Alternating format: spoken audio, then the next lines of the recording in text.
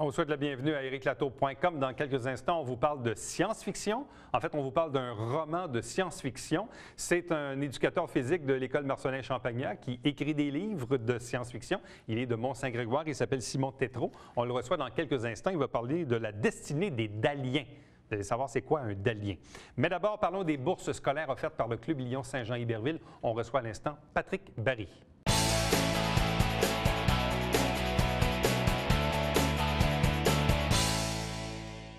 Parlons maintenant des bourses scolaires qui sont offertes par le Club Lyon Saint-Jean-Iberville. Avec nous, l'un de ses membres, Patrick Barry. Bonsoir et bienvenue. Bonsoir.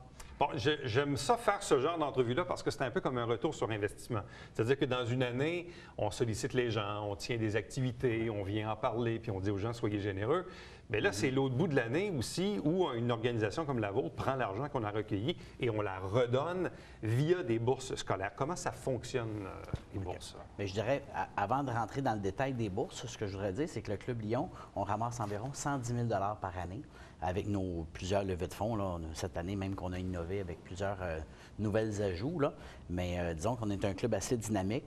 Le 110 000 est remis automatiquement dans la communauté sous divers chapeaux, si on veut. On aide beaucoup la santé, la bienfaisance et naturellement aussi l'éducation. Et puis, au niveau de l'éducation, bien, on a créé, il y a 5 ans déjà, un comité école. Et puis, on demande aux écoles de nous envoyer des projets qu'on étudie. Et puis, par la suite, qu'on octroie des bourses à ces écoles-là pour qu'ils puissent mettre de l'avant leurs projets. Bon, quel est le total des bourses scolaires? Autrement dit, sur le 110 000 que vous remettez dans la collectivité, c'est quoi la partie du montant qui va à ce projet-là? Le comité école fait partie de... On a un don cette année de 6 000 pour le comité école. Par contre, on aide également à titre, je dirais, très sporadique, des demandes additionnelles qui nous proviennent des écoles pour des sorties scolaires, d'autres... Et des demandes sporadiques. Des demandes sporadiques, pour un total, je dirais, cette année, de 12 à 13 000 12-13 000 12 à 13 000 qui vont aux organisations scolaires. Exactement. Bon. Donc, parlons maintenant des bourses proprement dites. Donc, ça veut dire qu'en cours d'année, les gens doivent remettre ou formuler des demandes. Bien, je dirais il y a des projets. Oui, ça se fait en partenariat avec la commission scolaire. On leur demande, bien entendu, leur collaboration. C'est eux qui distribuent l'information, si on veut, et notre formulaire de candidature. Et puis, cette année, on a reçu 22 candidatures. Et puis, sur les 22 candidatures, il y a 11 écoles qui ont été gagnantes de bourses. Il y a certaines écoles qui ont eu même 2 bourses pour 2 projets complètement différents. C'est souvent des projets qui sont initiés par des enseignants et non pas nécessairement toujours par des directions d'école. Donc, c'est dans certains cas une initiative d'un professeur exact. Qui a un projet en tête, il soumet à sa direction le soumet à la commission scolaire et ultimement, ça arrive dans les mains de votre comité. Exact. C'est à peu près ça. Exact. Bon, qu'est-ce qui fait que vous avez choisi un projet plutôt qu'un autre? C'est quoi votre grille d'évaluation? Cette année, ce qu'on a essayé de favoriser, si on veut, c'est des projets durables. Donc, autrement dit, quelque chose qui nous permettait d'acheter des équipements ou d'acheter du matériel scolaire de lecture pour les bibliothèques. Il y avait plusieurs créneaux différents qu'on a appuyés. Et puis, donc, c'était la durabilité des projets. Donc, le but, c'était pas d'utiliser ces bourses-là pour une sortie scolaire ou une activité d'une journée. C'était vraiment quelque chose durable. Qui était récurrent. Bon. Évidemment, sans avoir la liste complète, donc ça ressemble à quoi, là, les écoles qui ont eu des bourses? On parle de quel montant et on parle de quel projet? Bien, je dirais que cette année, on a été avec... Si on fait un peu d'historique à travers les années, on a déjà sponsorisé comme l'école Marguerite Bourgeois ici à Saint-Jean, qui avait bénéficié de bourse Lyon pour refaire la cour d'école. Mais notre bourse était une infime partie de leurs besoins. Là, cette année, on a été avec des plus petits besoins. Et puis, comme au niveau du sport, on a sponsorisé l'école Crevier à Marieville pour une activité de hockey cosum. Et également l'école Prévert, qui était pour une école, pas une école, mais un projet de cheerleading au niveau préscolaire, qui était la seule dans la commission scolaire à offrir ce type d'activité-là qui demande des équipements... je dirais pas à la fine pointe, mais certains équipements nécessaires pour la sécurité des jeunes filles et jeunes garçons. Fait qu'on a aidé à ce niveau-là. Fait que ça a été 2 bourses en lien avec le volet sport, si on veut. On avait 2 bourses également pour des écoles avec des volets plus culinaires, qui étaient plus pour acheter des batteries de cuisine, aider les écoles à avoir les équipements ou même l'achat de denrées pour élever nos élèves, mettons, de 5e, 6e année à devenir un petit peu plus autonomes en ce sens-là. Fait qu'on avait 5 créneaux comme ça, qui étaient sport, culinaire, art visuel et art musical. On avait également un autre volet qui était pour aider le milieu de vie, la qualité de milieu de vie en milieu scolaire. Il y en a une école même c'était pour faire la plantation d'arbres dans leur cours d'école, parce que la cour était... C'est tous des projets comme ça qu'on appuie. Bon. Pour avoir déjà fait partie d'un comité d'établissement scolaire, parfois, ça peut avoir l'air nono, mais un petit montant de 500, puis 600, puis 1000 $ peut faire toute la différence dans une année, parce qu'on le sait. Prenons l'exemple des écoles primaires. Parfois, quand on réussit avec la campagne de financement d'aller chercher 10 000, mais 10 000, on le sait, ça peut se dépenser très rapidement. En même temps, aujourd'hui, on le sait, le financement des écoles est relativement limité. Il y a une problématique de finances publiques.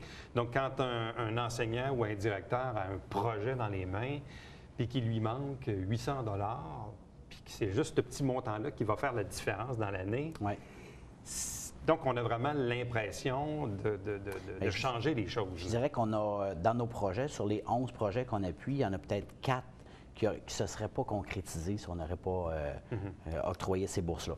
Et peut-être sur les 7 autres, étaient déjà des projets qui étaient mis de l'avant, mais qui nécessitaient des équipements. Puis finalement, un exemple, si on arrive avec une bourse de 1000 $ pour acheter des livres, puis reniper un peu je ne sais pas si ça se dit bien, là, mais pour revaloriser une bibliothèque, là, ben, avec 1000 $, on peut faire un petit bout de chemin. Là. Surtout dans les écoles, comme vous dites, les moyens sont limités. Fait que le but, c'est de refaire avec ce qu'ils ont, fait que ce qu'on apporte, mais ça fait ça de plus. Bon. Quelles sont les différentes levées de fonds du Club Lion-Saint-Jean-Iberville durant une année? Qu'est-ce qui vous permet de recueillir 110 000 $ par année? On a notre super tirage annuel qui a lieu le 9 mai, qui est toujours le vendredi avant la fête des mères. On recueille environ 40 000 $ avec cette activité-là. C'est le gros morceau, ça? C'est notre plus grosse levée de fonds. Par la suite, on a notre souper d'huîtres qui se fait au mois de novembre, qui est toujours le premier mercredi de novembre. Et puis, avec ce volet-là, on recueille environ 25 000 $. Donc ça, c'est nos 2 grosses levées de fonds. Et puis, malheureusement, on a perdu l'année passée ce qu'on appelait le bingo du Richelieu. Vous étiez un des bénéficiaires, on était un des bénéficiaires. Puis le but, c'est de remplacer cette cagnotte-là, si on veut, qu'on n'a plus accès. Fait que cette année, on a parti ce qu'on appelle la loto épicerie, qui est en partenariat avec le groupe Pro 40 à Iberville. Et puis, on vend des billets au coût de 20 $. Puis, les gens peuvent gagner jusqu'à 9 fois dans l'année des certificats d'achat de 999 $. Donc, on a 1100 billets en circulation. Fait que ça va être une de nos nouvelles levées de fonds là, cette année. Bon. Et le 110 000 $ est réparti ensuite de quelle façon? On dit environ un 12-13 000 pour le comité école, dont le 6 000 pour les bourses dont on a parlé il y a quelques minutes. Le reste de la somme, l'autre 90 000, il est dépensé comment? Je vous dirais qu'on a un volet. La mission première des Lions, c'est d'aider les gens en cécité pour la vue. Donc, je dirais qu'on a environ un 30 000 $ qui est remis annuellement dans la région pour les gens en besoin de lunettes ou d'opérations, tout ce qui est en lien avec la vue. Par la suite, on aide beaucoup les gens les plus défavorisés de notre société. Juste en panier de Noël, on remet pratiquement 20 000 $ par année. Donc, ça va quand même assez vite. Là. 110 000, ça semble beaucoup, mais ça se dépense quand même assez bien. Et ça, les paniers de Noël, c'est comme complémentaire à ce que peuvent faire la Saint-Vincent-de-Paul ou le Centre d'action bénévole? Bien, je dirais que la Saint-Vincent-de-Paul, c'est pour les besoins récurrents. Et puis, quand on arrive une fois par année avec les paniers de Noël, souvent, les noms de la Saint-Vincent-de-Paul contribuent même à nous envoyer des familles là, qu'eux ne fournissent pas à aider. Là, le Club Lion-Saint-Jean-Iberville, c'est combien de membres? 43 membres. C'est toujours à peu près ça. Hein? Bien, je dirais que cette année, là, on est peut-être 45, là, mais on est en développement. On essaie d'aller chercher en recrutement, disons. Là. Okay. Mais c'est quoi? C'est un club... C'est un club fermé? C'est un club restreint? Non. Comment ça marche? C'est ouvert à tous. Le but, c'est qu'il faut être parrainé par un membre actuel. Donc, le but, c'est de venir voir à un souper comment ça se passe. Puis, c'est quoi notre mission? Puis, c'est d'adhérer au club. Puis, par la suite, on devient membre. C'est sûr qu'il y en a qui vont dire que c'est un club plus d'intérêt parce qu'il y a beaucoup de gens d'affaires, mais il y a beaucoup de gens aussi qui sont à la pré-retraite ou à la retraite puis qui veulent juste s'impliquer dans la société.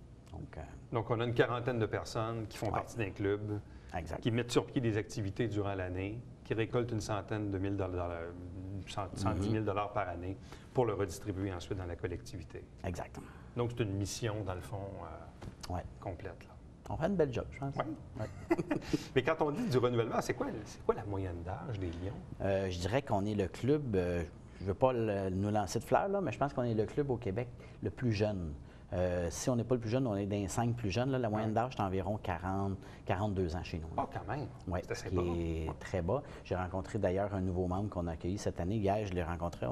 Je pense qu'il a 23 ans. Donc, il fait baisser la moyenne juste à lui C'est tout ça, ça. donc, Mais la au moyenne rendez-vous. tourne aux alentours de 40, 42, 45. Là. Bon. Et là, les bourses ont été remises en début de semaine, c'est ça? Hier soir, lundi soir. Donc, et ça va revenir probablement l'an prochain? Disons que c'est notre 5e année. Et puis, chaque année, le Club Lion change de président. Et puis, c'est le président de l'édition 2015 qui va prendre cette décision-là. Sauf que c'est un beau projet qu'on tient à cœur et qu'on essaie de renouveler à chaque année. Là. Patrick Barry, merci beaucoup. Donc, Ça fait bonne plaisir. continuation. Ici, bien sûr, au cours de l'année, les Lions vous sollicitent via les diverses activités. Bien, sachez donc que les sous sont redistribués de différentes façons et notamment via les bourses scolaires. Merci beaucoup. Merci. Restez avec nous puisqu'au retour, on reçoit un auteur de Mont-Saint-Grégoire.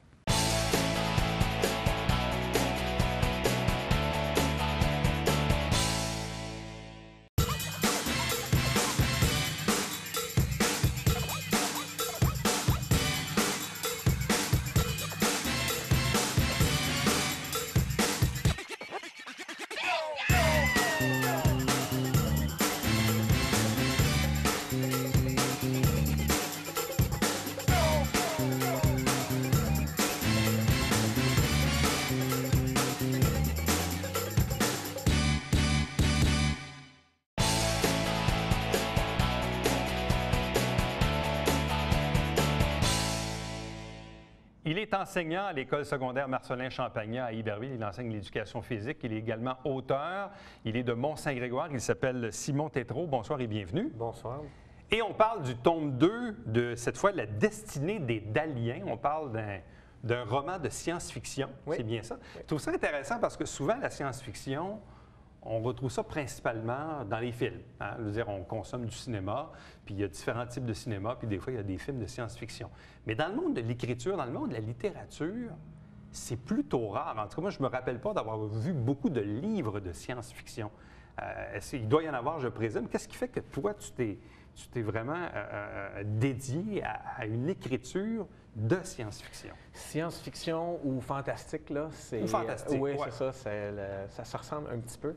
Et bon, moi, c'est dans mon adolescence que j'ai cliqué sur ce style-là. En lisant Le Seigneur des Anneaux quand j'étais adolescent. Et je me suis garoché dans ce style-là. J'ai adoré ça. Pourquoi? Je sais pas. Un monde qui sortait de l'ordinaire, complètement inventé. Et j'aime beaucoup créer.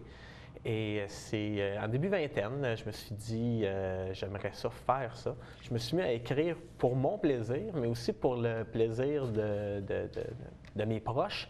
J'écrivais des petits bouts d'histoire uniquement pour les divertir. Et quand j'ai vu que j'avais un certain succès avec mes proches, c'était souvent mes Daliens qui étaient impliqués dans ces petites histoires-là. Mais là, au fur et à mesure, j'avais plus de matériel. Je me suis lancé plus sérieusement dans ce projet-là d'écrire un livre. Normalement, quand on a un enseignant qui est auteur, c'est souvent un prof de français. Oui, Là, on a un prof d'éducation physique qui est auteur. oui. C'est quand même assez inédit. Là. Oui, en effet. Puis mes élèves vous diraient la même chose. Ça en a surpris plus d'un de savoir que le professeur d'éducation physique Écrit des livres. écrit des livres. Mais c'est ça, c'est une passion que j'avais à ce moment-là. Et j'aime autant enseigner que écrire. Mais c'est ça, c'est deux volets différents. Là. Le sport m'intéresse énormément, c'est pour ça que je suis professeur d'éducation physique. Mais présentement, je ne pourrais pas me passer de l'écriture non plus et de la création. Bon, qu'est-ce que c'est un Dalien? Un Dalien, c'est un descendant d'un héros lointain qui s'appelait Dalos, qui avait sauvé ce petit monde-là que j'ai inventé. Et les Daliens sont là pour veiller à ce qu'il ne se passe rien de mal sur ce petit monde-là. Et lorsque mes Daliens à moi, les cinq héros du premier tome, ils sont en développement, en formation, ils sont tout jeunes, bien, il y a un nouveau leader maléfique qui s'empare du petit monde. Et lorsque les Médaliens arrivent à maturité, bien, là, ils doivent reconquérir le pouvoir. Bon. Et ça, Dalien puis Dalos, là, c'est quoi? C'est des... Tu t'es levé un matin, puis le mot est passé. Probablement, oui, exactement. Le cerveau, c'est quoi? C'est ça. C'est arrivé comme ça. Le mot m'est venu comme ça. Et je l'ai adopté parce que tout en travaillant, j'aurais pu changer le mot, j'aurais pu changer les descendants, mais je me suis habitué et j'ai adopté ce mot-là. Donc, il y a un mot qui t'est passé en tête. Oui. Donc, Dalos, puis les Daliens. C'est ça. Puis là, tu as bâti le monde autour de ce personnage. Là, il y a aussi d'autres termes. Là. Je regardais dans le tome 2, on dit la population des Sirac. Oui, de Sirac, qui est le continent où est-ce que les Daliens, doivent protéger. Mais ça, c'est-tu dans une planète lointaine? C'est un monde fictif. OK. C'est pas nécessairement situé dans une planète quelconque, OK, mais c'est pas sur une planète. C'est un monde fictif qui vient... Dans une autre galaxie? Probablement dans une autre galaxie. L'époque ressemble à ce que nous autres, on a vécu au Moyen Âge. C'est des combats avec des épées. C'est les moyens de cette époque-là. Okay. Est-ce que les Daliens ont le téléphone? Non, les Daliens n'ont pas le téléphone. Pas de téléphone? Non. Pas d'électricité? Non, pas d'électricité. Pas d'eau courante? Pas d'eau courante non plus. Donc, on est dans un environnement moyenâgeux? Oui, exactement. C'est ça. Et là, est-ce qu'on est dans une dynamique de bons et de méchants? Oui, effectivement. À la base, c'est vraiment ça. On a les bons, qui sont des humains. On a les méchants, que j'appelle les Myres, qui sont des créatures qui ont la forme des humains, qui sont vertes, qui sont un petit peu plus gros, plus agressifs. Vraiment, là, dans la caricature, là, le méchant et le bon. Et au fur et à mesure que l'histoire se déroule, on se rend compte que finalement, c'est peut-être pas autant blanc puis autant noir que c'était au début. Il y a beaucoup, beaucoup de gris. Et à la fin, complètement, parce que le tome 3 est également écrit. Ah, il est déjà fait? Il est déjà fait, il est en correction présentement. À la fin, on se rend compte que c'est beaucoup plus de gris que du blanc et du noir. Mais donc, dans cet univers des Daliens, donc les individus, les sujets sont des extraterrestres? Ce sont des créatures vertes, exactement. Okay. Mais est-ce qu'il y a des humains qui sont mélangés au monde des Daliens? Oui, exactement. Il y a des humains. Oui, la population est humaine. Les Daliens veillent sur les humains, tandis que les Myres ont leur organisation et eux veulent prendre le pouvoir à tout prix, ce qu'ils avaient réussi à faire au début du premier. Mais là, les Daliens, dans le premier, réussissent à reprendre le contrôle. Bon, et les Daliens et les Myres, oui. Donc ce sont des créatures qui ont quoi? 2 yeux, un nez, une bouche? Oui, 2 oreilles? Oui, à l'image de l'humain. Les Myres sont à l'image de l'humain, mais d'une autre couleur et un petit peu plus costaud. Non. Et on se bat avec des épées? On se bat avec des épées, avec des arcs à flèches. Est-ce qu'il y a des sentiments, des histoires d'amour? Oui, effectivement. Des histoires d'amour, des sentiments qui vont faire que le petit groupe de Daliens qu'ils étaient au début vont vivre des frustrations, vont vivre des séparations, des réconciliations, ce qui va faire que le chemin est chaotique avant d'atteindre leur plein potentiel. Bon, est-ce que ce sont des créatures qui vivent une éternité? Est-ce qu'il y a un début et une fin? Est-ce qu'il y en a qui meurent? Oui, il y a un début et une fin. Il y en a qui meurent. Et comme on est sur le sentier de la guerre, surtout dans le deuxième, dans le tome 2, il y a plusieurs soldats d'un côté comme de l'autre qui vont malheureusement décéder. Mais sinon, quelle est la durée de vie d'un Dalien?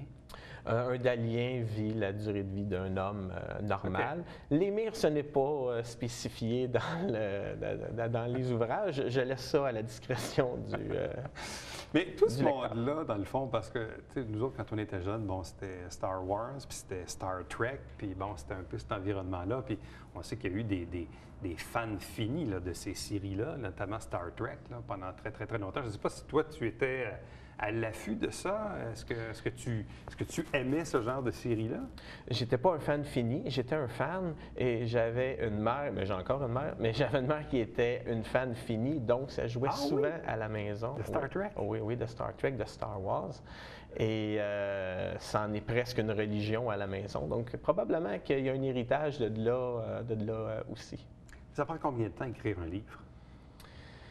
Dans mon cas, puisque je suis enseignant à temps plein et j'ai une jeune famille également, ça a été excessivement long. On peut parler, là, le premier tome a pris 5-6 ans là, avant d'avoir le produit fini qu'on a là.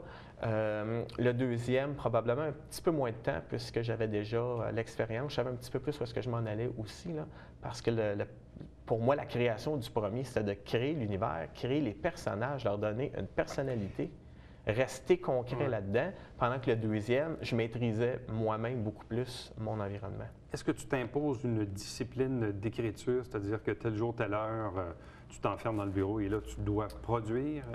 Oui, puisque les heures étant limitées, autant du point de vue familial, point de vue travail, oui, j'ai des temps que je mets à l'horaire. Je m'entends avec ma conjointe pour que ça brise rien. Et oui, j'ai quelques heures par semaine que je travaille là-dessus. Bon. En même temps, est-ce que au cours d'une journée, d'une semaine, est-ce que tu as des idées, des flashs? Je ne sais pas, des fois ça arrive, on se lève le matin ou durant la nuit ou même durant la pause au travail, on dit « Ah là, j'ai une bonne idée. » Tout le temps. Oui, ça n'arrête jamais. Exactement. Là, présentement, comme le tome 3 est fini d'écrire, ça l'arrive moins parce que là, je suis vraiment en mode correction. C'est la correction du tome 3.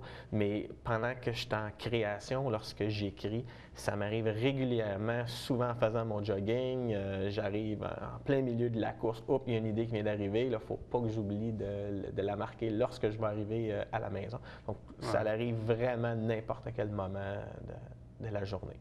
Rarement, je me suis réveillé la nuit là, avec un flash, là, mais ça peut arriver n'importe quand. Bon, qu'est-ce que c'est la Société des écrivains? C'est ma maison d'édition. C'est la maison d'édition qui a accepté de m'éditer. C'est une maison d'édition qui est française, mais qui a un bureau à Montréal. Et moi, c'est vraiment avec le bureau de Montréal que j'ai fait affaire, que j'ai signé mon contrat. Si j'ai quelques problèmes, que ce soit c'est avec eux autres que je règle ça. Lorsque j'ai signé avec eux autres, ils venaient d'arriver, ça faisait pas longtemps qu'il y avait un bureau à Montréal. Ils étaient peu connus. Ouais. Là, ils ont dépassé la centaine d'auteurs québécoises. D'auteurs québécois, et c'est ça, c'est avec eux autres que je travaille. Bon, quel est le type de public pour les livres que tu nous offres? Est-ce que c'est un public adulte, adolescent? Avant l'apparition du premier, parce que j'avais aucune idée, je vous aurais dit ça, jeune adulte, adolescent. Ouais. Maintenant que le premier est sorti, que j'ai eu beaucoup de commentaires, je vous dirais n'importe qui aime le genre fantastique ou qui aime le genre science-fiction, ça va plaire. Si on n'aime pas le genre, on n'aimera pas. C'est ce qui est merveilleux avec la lecture, avec les livres, il y en a pour tous les goûts. On trouve quelque chose qui nous intéresse et il y a plusieurs livres. Dans mon cas, j'ai des personnes de 40-50 ans qui l'ont lu, qui ne sont même pas dans ma famille, dans mon entourage, qui m'ont dit qu'ils ont adoré. Et j'ai des élèves de secondaire 1 cette année qui m'ont fait part, qui l'ont acheté, qui l'ont lu et qui l'ont lu en une fin de semaine. Donc, je pense que si on aime le genre, on a des bonnes chances d'apprécier, peu importe l'âge, mais c'est ça, si on n'aime pas le genre, ça va être plus difficile. À quel endroit on peut se procurer le tome 1 et le tome 2 là, qui vient de sortir? Dans les librairies, habituellement sur commande. Je sais qu'à la librairie moderne, ils ont des exemplaires du premier et prochainement du deuxième. Mais n'importe quelle librairie va pouvoir vous le commander si vous voulez vous procurer ce livre. Okay. Est-ce que c'est quand même distribué au sens large dans la plupart des librairies du Québec, c'est ça? Oui, oui, exactement. Et là, est-ce qu'il y aura un tome 4, un tome 5, ou est-ce qu'on va changer, y aller avec une autre histoire, une autre création? Est-ce qu'on va rester dans le monde de la science-fiction? Disons que la fin du tome 3 laisse très peu d'ouverture pour continuer. Et j'ai le goût d'écrire d'autres choses également. La science-fiction, c'était mon trip d'adolescent, de la vingtaine. Je suis fier d'avoir passé au travail, mais là, présentement, j'aimerais écrire du policier. Et ça sera mon prochain objectif, c'est d'aller dans un autre registre. Bon. Les profs de français de Marcelin-Champagnat, ils en pensent quoi? Il y en a beaucoup qui l'ont lu. Okay. J'ai eu beaucoup de commentaires positifs et j'ai eu beaucoup d'interrogations. J'ai senti beaucoup de monde très curieux lorsque le professeur d'éducation physique leur a annoncé qu'il sortait un livre. Mais ils m'encouragent et ils ont été les premiers à acheter le livre lorsqu'il est sorti. Donc c'est maintenant démystifié. Donc, un professeur d'éducation physique peut écrire des livres. En voilà la preuve. Simon, merci beaucoup. Merci Bonne beaucoup. chance. Merci. Reste avec nous. Au retour, le Babillard quotidien.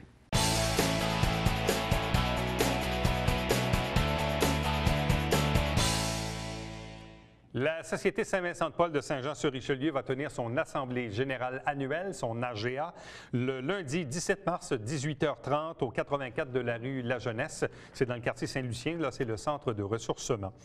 À chaque semaine, on vous présente l'émission Saint-Jean-sur-Richelieu avec des extraits du Conseil de ville. Vous avez la grille horaire à l'écran où l'émission se retrouve également sur notre site Internet en format YouTube.